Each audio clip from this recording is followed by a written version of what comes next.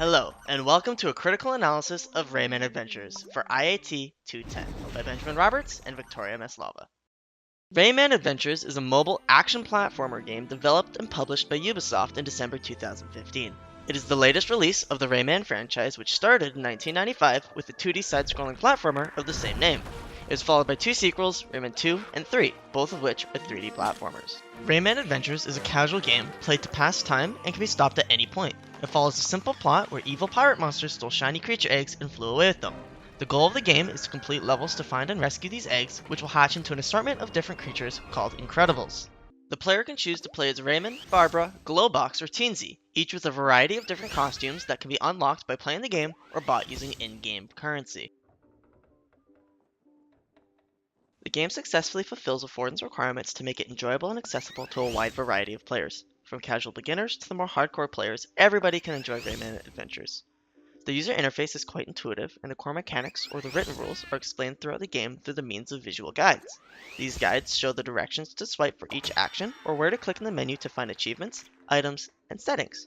Nearly every element of the game interface is responsive to touch, showing consideration for game affordance.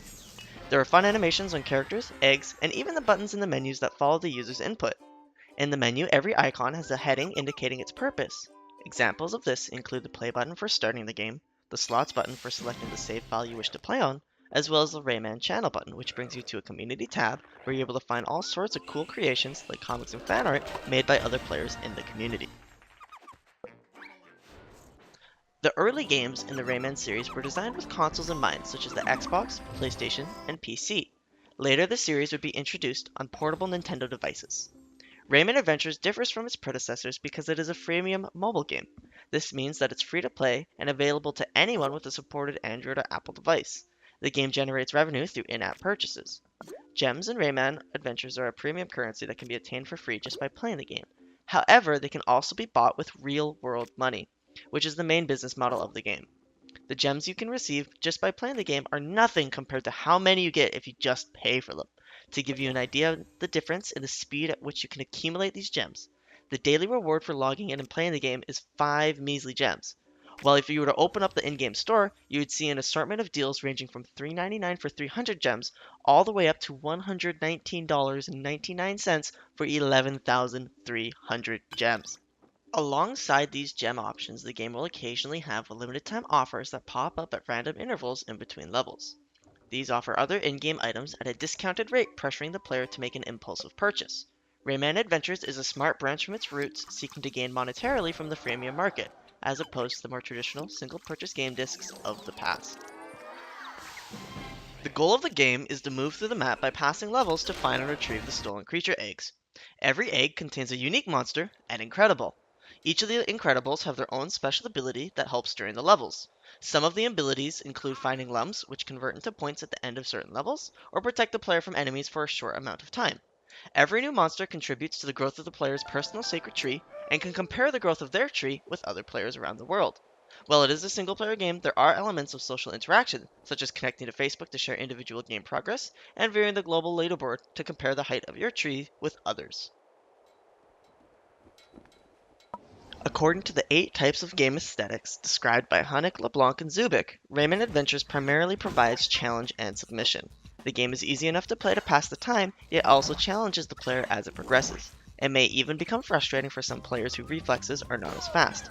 Therefore, one of the implicit behavioral rules would be to avoid throwing the mobile device at the wall when experiencing frustration with the game. The game's primary audience are casual gamers looking for a fast-paced action game which challenges their reflexive skills. The game gets progressively more difficult as some levels introduce scenarios where the character cannot run backwards because they are carried by a river current. Therefore, the player has to act fast not to miss the jumps to collect the most lumps. This is an example of an emerging complexity component in the game. The levels involve the same basic movements, but in faster-paced sequences than seen in earlier levels. The game also attracts adventurous players looking to master their game through completion. These players aim to find and retrieve all the lumps and collectible items hidden throughout each of the levels. They may also decide to kill all the enemies in a given level to save and rescue the teensies. Each of these actions reward completionist-type players with extra points at the end of the levels. Being a mobile game, Rayman Adventures opens up its potential player base immensely. It goes from requiring its players to own a specific and expensive console to any smartphone, which most people already own, whether they planned on playing Rayman or not. Alongside opening up the potential player base, being a mobile game allows players to play whenever they want, as the entirety of the game fits inside the palm of their hand.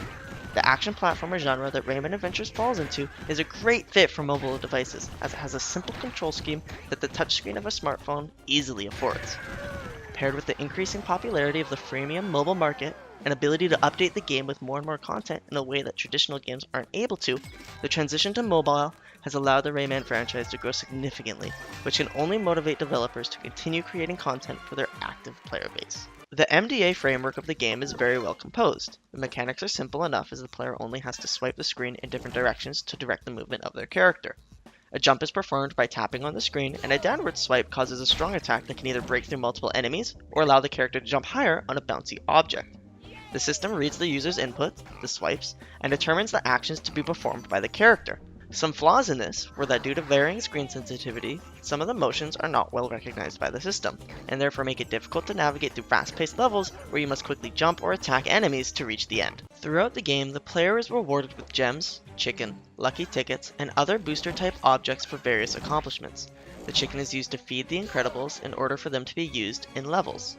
It is restocked every 5 minutes, but can also be bought using gems or given by a friend if you're connected to Facebook. The first method is given by reward schedule with a fixed time interval, while the latter is an example relating to the business model of freemium games.